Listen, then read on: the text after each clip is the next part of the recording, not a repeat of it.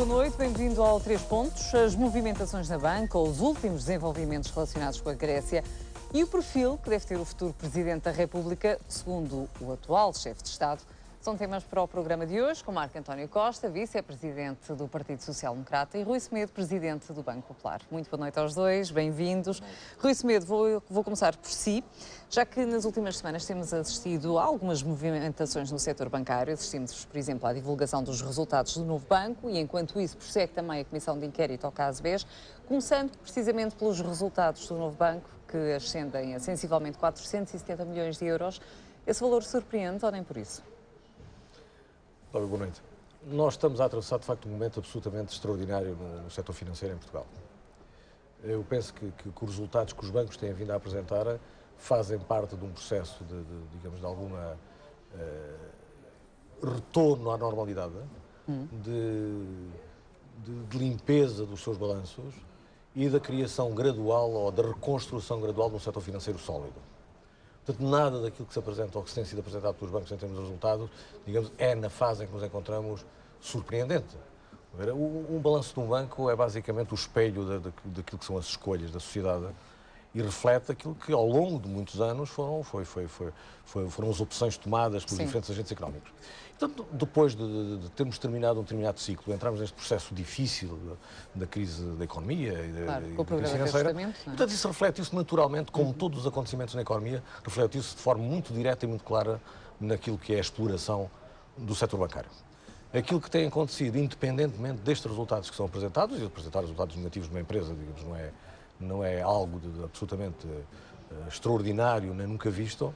Aquilo que é notável é que em todos os bancos, não é? Mesmo no caso concreto de que falou, isto tem havido um processo que tem conduzido a que os bancos, apesar de tudo, continuam a desempenhar o seu papel na economia. Sim. E essa é a questão absolutamente crucial. Apesar de não ter colapsado, e muitos não esperavam. Apesar de haver algum colapso, o que acontece é que o setor não deixou de corresponder àquilo que são as necessidades da economia. E, portanto, hoje o setor está interveniente, está ativo, está mais sólido. Está sólido, os níveis de capital são os adequados. Portanto, os desafios são grandes, não é? Mas os desafios que o setor financeiro tem pela frente têm muito mais a ver com os próprios desafios que a economia tem pela frente, claro, do que propriamente com digamos, o nível de capital e aquilo que são as estruturas do E no caso do Banco Popular, está ou não, ou poderá vir a estar interessado no novo banco? O Banco Popular é um grande banco ibérico. E, portanto, como grande banco ibérico que é, não podia ser, digamos, não se podia adiar nunca de uma operação que não deixa de ser interessante, porque o novo banco é uma peça importante. Portanto, o Banco Popular por estar no processo, tem naturalmente de estar interessado, ou está interessado por estar no processo. E qual será o valor apetecível? Isso não há valores, é completamente impossível. O BBVA, por exemplo, acredita que o novo banco poderá ficar com um valor, poderá ser vendido entre os 4.300 milhões e 4.800 milhões.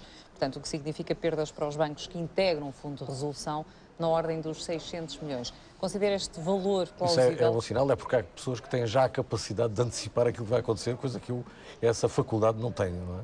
E, portanto, naturalmente, como membro do setor, gostaria que o banco, até porque faço parte fazemos parte do Fundo de Resolução, gostaríamos que o banco seja vendido pelo seu justo valor e que isso represente um dano o mais pequeno possível para o setor. Isto numa perspectiva do setor. Numa perspectiva de potencial, portativo, digamos, interessado e comprador, naturalmente que pode haver alguma divergência de opiniões, mas eu acho que é cedo demais, não se conhece todos os contornos, a operação é complexa, vai naturalmente levar tempo e, digamos, a concorrência é muito forte. E pode aqui também haver alguns fatores a ponderar, nomeadamente a questão, Marco António Costa, do papel comercial, não é? Que ainda é uma questão que poderá ainda fazer correr muita tinta. O presidente do novo banco diz que não sabe nem por quanto, em relação à venda da instituição, nem por quanto, nem quando poderá ser vendida e continua a trabalhar na tal solução para resolver os lesados, aqueles que foram lesados com o papel comercial. Bom, eu, acima de tudo, aquilo que gostava de deixar nota é que isso é uma matéria que deve competir ao Banco de Portugal resolver e eu acho que é pouco curial os partidos estarem a emitir opiniões mais mais vincadas sobre esse tema. O Sr. Primeiro-Ministro já fez declarações sobre isso muito claras, que acha que é preciso proteger a confiança que foi depositada no sistema financeiro e, portanto, cabe ao Banco de Portugal resolver encontrar aqui uma solução. A melhor maneira de salvaguardar essa confiança no sistema financeiro. Eu julgo que o que está em causa hoje em Portugal é, de facto, um realinhamento muito interessante do setor financeiro. Se, por um lado, temos muitos concorrentes, mais de uma dezena de concorrentes, a concorrer ao novo banco, por outro lado, temos uma outra circunstância e desse concurso ao novo banco, imaginando que pode haver uma fusão ou uma aquisição do BPI, do BPI, do Santander, do Banco Popular, enfim, dos diferentes concorrentes. Nesta altura temos a tal proposta de fusão entre o BCP e o BPI. Eu já leio, portanto, e daí poder haver uma agregação de duas unidades financeiras distintas e isso fazer aparecer um novo banco de grande dimensão. Por outro lado, vemos movimentos na OPA que o La Caixa fez sobre o BPI e essa OPA ter tido uma contrarresposta dos representantes do capital da doutora Isabel dos Santos, do Santoro, que apresentam uma contraproposta de fusão entre o BPI e o BCP, sendo que o BCP já se veio manifestar em concreto disponível para estudar essa possibilidade. E, portanto, o que nós estamos aqui a discutir é que o sistema financeiro português depois do verão pode ser completamente distinto daquilo que encontramos agora. Com grandes players, pode resultar desta fusão entre o BCP e o BPI a maior organização, o maior banco privado português, que terá o dobro das agências que tem hoje a Caixa Geral de Depósitos e que terá muitos mais funcionários que têm hoje a Caixa Geral de Depósitos. E, portanto, é um processo interessante. Eu li uma entrevista dada pelo Dr. Mário Leite Silva, que é CEO das empresas da doutora Isabel dos Santos, que dizia que desejava fazer no setor financeiro aquilo que foi feito no setor das telecomunicações com a fusão entre a Ótimos e a Zona, resultando daí um grande player nacional que é a nós e que até, sublinho-se a circunstância, a nós hoje tem mais funcionários que tinha cada uma das partes antes da fusão. O que prova também que é possível perspectivar-se estas operações de uma forma positiva, ganhando músculo e escala a economia portuguesa, e eu julgo que um dos problemas que a nossa banca tem é um problema de escala.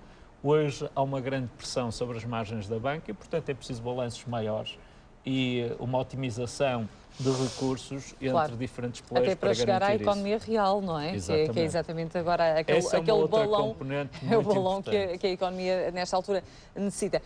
Rui, eu gostava de ouvir a sua opinião, tendo em conta também que hoje foi ouvido na Comissão de Inquérito do BES o Presidente da Associação Portuguesa de Bancos, Faria de Oliveira, que disse relativamente ao fundo de resolução adotado para a situação do BES, que teria sido melhor o recurso à linha de recapitalização pública. Partilha desta opinião.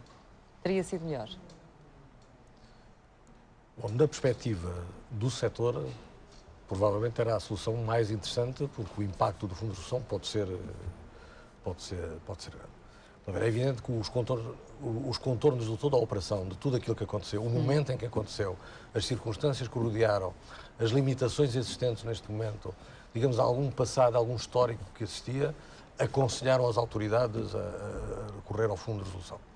A questão do Fundo de Resolução, o que acontece é que isto, de alguma maneira, aconteceu tudo um pouco fora de tempo, não é? Porque o conceito de Fundo de Resolução e de resolução bancária é um conceito europeu, não é? E novo, não é? Acabámos por... Novo.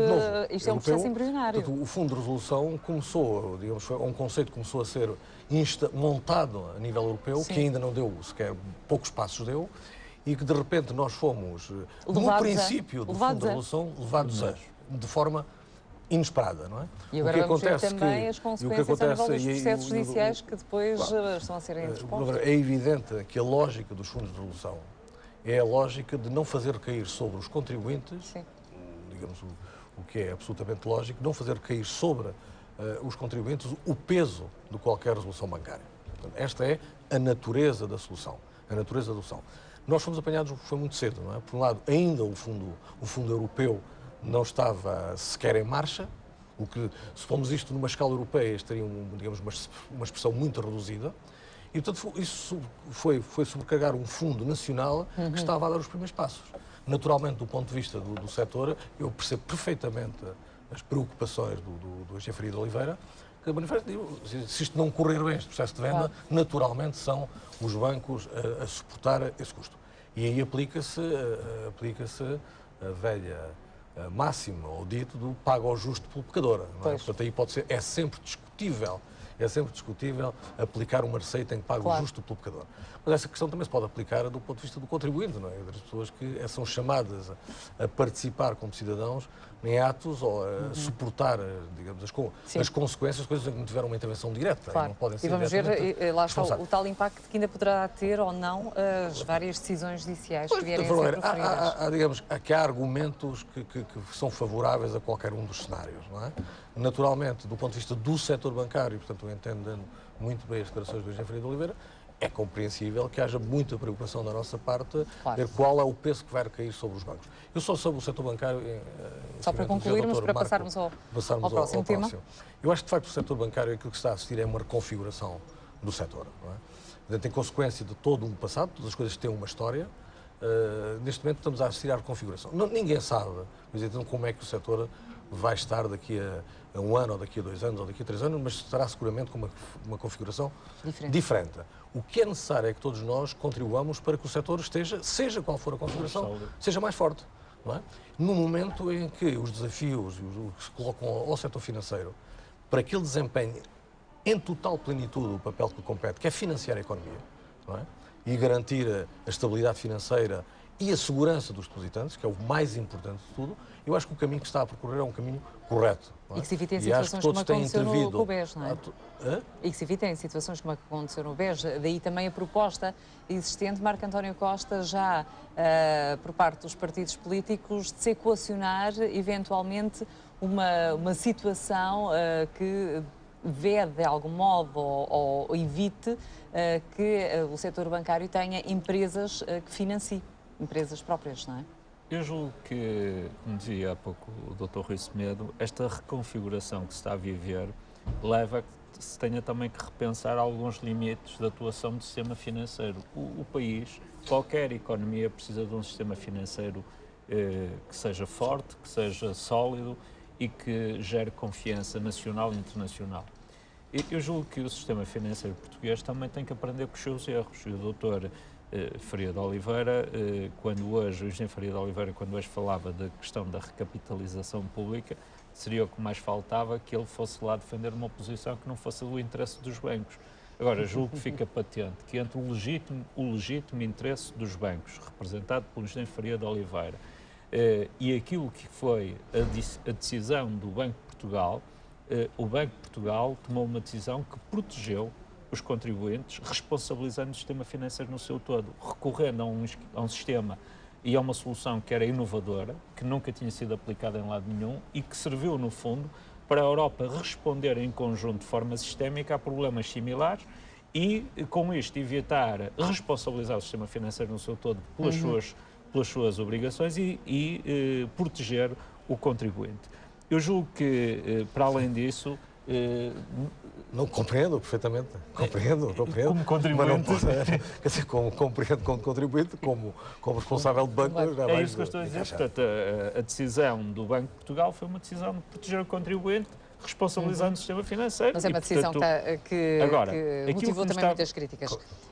Qualquer decisão motivaria. Eu prefiro até pelo papel do regulador que teve. Eu prefiro a discussão que hoje temos, que é saber se os bancos vão ter que incorporar nos seus balanços perdas com esta questão, do que estar a discutir quanto é que cada um dos contribuintes perderia. E vamos falar em relação também à Grécia, que é muito importante. Só uma questão final sobre a questão da limitação ou novas regras. Eu acho que o sistema financeiro, se me permite, devia ser mais autorregulador. E acho que o engenheiro Faria de Oliveira, que é uma pessoa com larguíssima experiência no setor financeiro, na qualidade de Presidente da Associação Portuguesa de Bancos, pode dar contributos favoráveis nesse sentido. E, portanto, é do interesse de todos, a começar pela banca, que se recrie um ambiente favorável e positivo relativamente ao setor.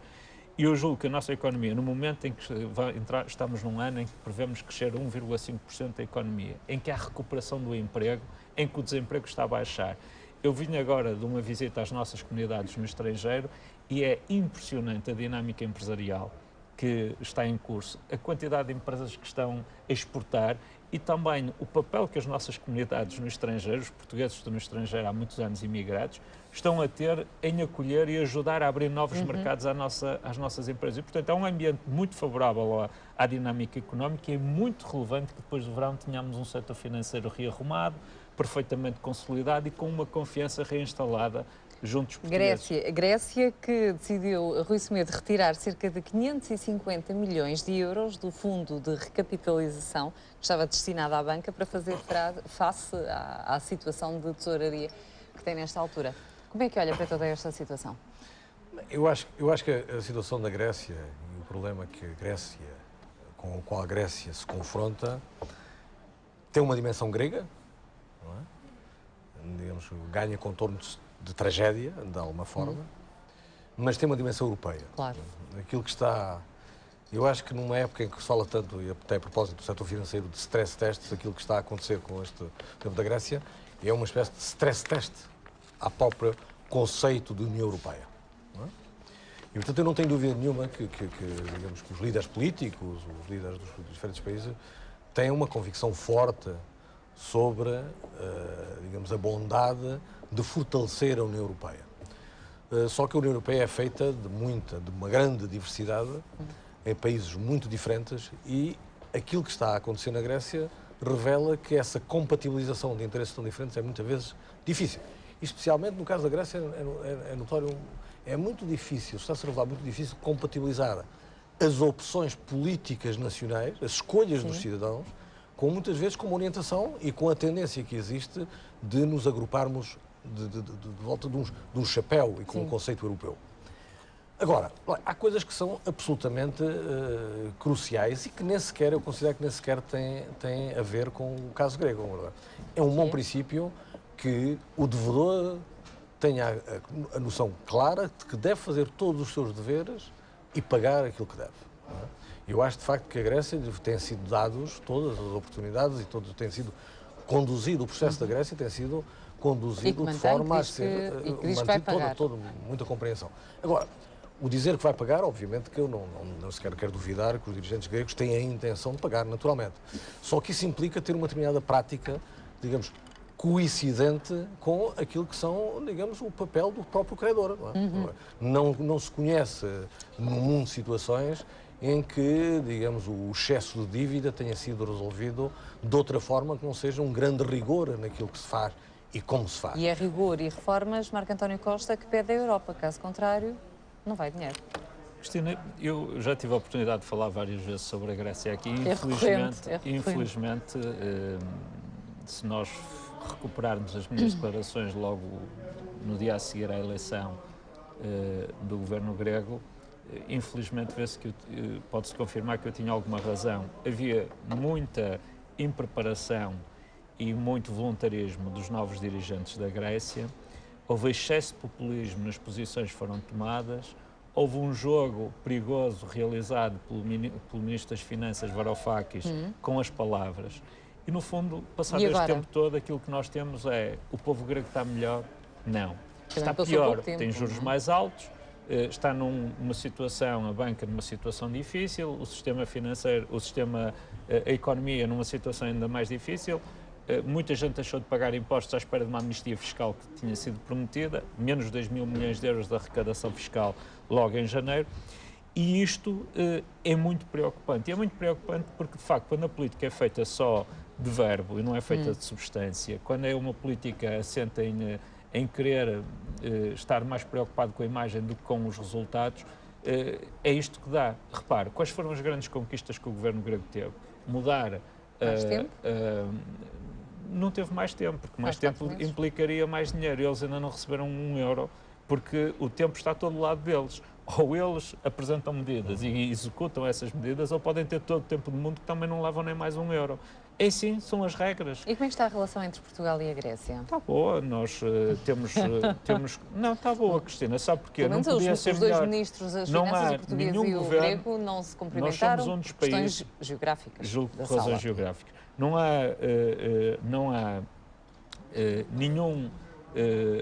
Há poucos países que tenham colaborado tanto como Portugal neste processo de recuperação da Grécia. Agora, deixe-me dizer-lhe uma coisa que é importante. É que a única coisa que o Ministro das Finanças grego conseguiu foi alterar o nome de Troika para instituições. Podia-lhe ter chamado Triunvirato ou outra coisa qualquer. Podíamos recorrer a muitas terminologias, mas disso não resulta nada. Instituições que vão chegar a Atenas. Vão chegar amanhã. Sim. É uma questão E vai ser difícil esse passo. de semântica, exatamente. Em segundo lugar, preocupa-me declarações inflamadas, como aquela que ouvimos do Ministro da Defesa grego hoje. Eu julgo que as pessoas estão a perder, estão a entrar num desespero, e esse desespero só resulta delas. Só dizer, o Ministro da Defesa disse que ou a Europa cede, ou vai haver uma invasão de gregos e jihadistas. Repare, o Ministro da Defesa da União Europeia dizer uma coisa destas é pouco, enfim, é uma atitude muito pouco consentânea. Eu julgo que é mais uma vez em preparação e excesso de linguagem, apertados pela situação que vivem, resultado das asneiras que fizeram. António Costa, aproximamos-nos muito rapidamente do fim e há duas questões que lhe quero colocar. Uma, porque o Eurogrupo também lançou de algum modo advertências a Portugal. Os ministros europeus das Finanças acham que o país poderá necessitar de mais medidas para atingir o compromisso do déficit para este ano e queria ouvir a sua opinião relativamente a essa matéria. Eu julgo que as previsões que a Comissão Europeia tem realizado ao longo do tempo, e a Comissão Europeia é que fornece os elementos para o grupo poder trabalhar, têm sido muito interessantes, porque as previsões eram diferentes das do governo português. Mas conforme a realidade se vai impondo, eles vão corrigindo as previsões. Eu estou certo que eles vão chegar ao final de 2015 com as mesmas previsões que nós tínhamos no início de 2015. E, portanto, sumariamente dizer-lhe que temos muita confiança na estrutura do orçamento que apresentamos, nos objetivos que nos propomos a atingir e que os resultados daquilo que obtivemos em 2014 serão, sem dúvida, fundamentais para garantir que 2015 tudo aquilo que nos propusemos, sob o ponto de vista do rigor orçamental... Portanto, estes avisos não têm nexo? Não, ouça, os avisos nós devemos tomá-los sempre em consideração por uma questão de respeito institucional, mas devemos ter a consciência do trabalho que estamos a fazer e cientes de que esse trabalho tem por base não declarações de vontade, mas uma firmeza muito grande de informação que nos permite, com confiança, dizer aos portugueses que podemos atingir com este orçamento os objetivos a que nos propusemos. Muito bem, só para terminarmos, presidenciáveis. O Presidente da República traçou o perfil no seu 9º roteiro, faz o balanço do último ano de mandato, traça o perfil do que deve ser o futuro Presidente da República. Quem é que se encaixa nesse perfil que deve ter muita experiência externa, da parte do PSD? Eu acho que cada um depois faz as autoavaliações que quer e, portanto, e também cada um depois faz as autoexclusões que quiser. Eu acho que, fundamentalmente, o Presidente da República, aquilo que escreveu, parece-me claro. Ele diz que tem que ser uma personalidade com experiência de política internacional. Julgo que hoje todos nós percebemos que, tendo o Presidente da República um papel insubstituível na condução da política externa, tem que ser uma pessoa com experiência política internacional. Sim, mas quem é que se enquadra nesse perfil? Em segundo lugar, fala de uma pessoa que tem de estar preparada para perceber aquilo que o chefe de Estado-Maior lhe apresenta, sendo ele o comandante máximo das Forças Armadas. E, portanto, eu julgo que aquilo que ele diz são evidências naturais daquilo que deve ser o perfil, as condições mínimas de um futuro Presidente da República. Bom, Pedro Santana Lopes inclui-se nesse perfil e diz que exclui Marcelo Rebelo de Sousa. Marcelo Rebelo de Sousa diz que se inclui nesse perfil. Eu preferia ver as coisas de outra maneira. Eu vejo que o PS, neste perfil, não tem candidato. Portanto, o Dr. António Costa está com um problema grave para resolver. António Guterres e António Vitorino não são pessoas com a tal experiência externa? Ambos já disseram que não querem ser candidatos. Sim, mas portanto, da parte do PSD, então quem fica? Durão Barroso também já disse que não queria ser candidato. Eu julgo que nós não temos candidatos. Não, mas estamos a falar de perfis. Pois, mas eu aí volto a dizer, quem vai definir o perfil somos nós, de acordo com as regras que instituímos. Mas é importante esta característica? Eu julgo que qualquer português tem noção que um Presidente da República deve ser alguém com experiência internacional, dada a exigência hoje no plano internacional que um país como Portugal tem que enfrentar, e, em segundo lugar, ter preparação para saber do que trata de assuntos económicos, de assuntos sociais, de assuntos de defesa nacional e representação externa. Portanto, Eu julgo que nenhum partido ainda tem candidatos, não há ninguém que se tenha apresentado Mas isto formalmente. enquadra-se mais aos da esquerda? Aos putativos candidatos? Eu muito sinceramente, deixe-me dizer isto de uma maneira muito simples. O PSD saberá resolver o seu problema na devida altura. Nós ainda não andamos a fazer apelos, nem temos que andar a fazer anúncios públicos a solicitar a apresentação de candidaturas. O PS anda nessa fase. O PS anda nessa fase. E, portanto, eu acho que haverá um momento próprio para tratarmos isso. Aquilo que o Sr. Presidente da República disse parece-me absolutamente lapidar, e acho que é muito importante a chamada de atenção que ele fez. Eu julgo que muitas das vezes se discute mais personalidades do que qualidades, e aquilo que ele fez foi apresentar qualidades. Muito bem, Marco António Costa, Rui Sumido, muito obrigada por Obrigado, terem estado no 3 Pontos. 3 Pontos que regressa amanhã com Hélder Silva e Rui Moreira. Noite, obrigada pela atenção.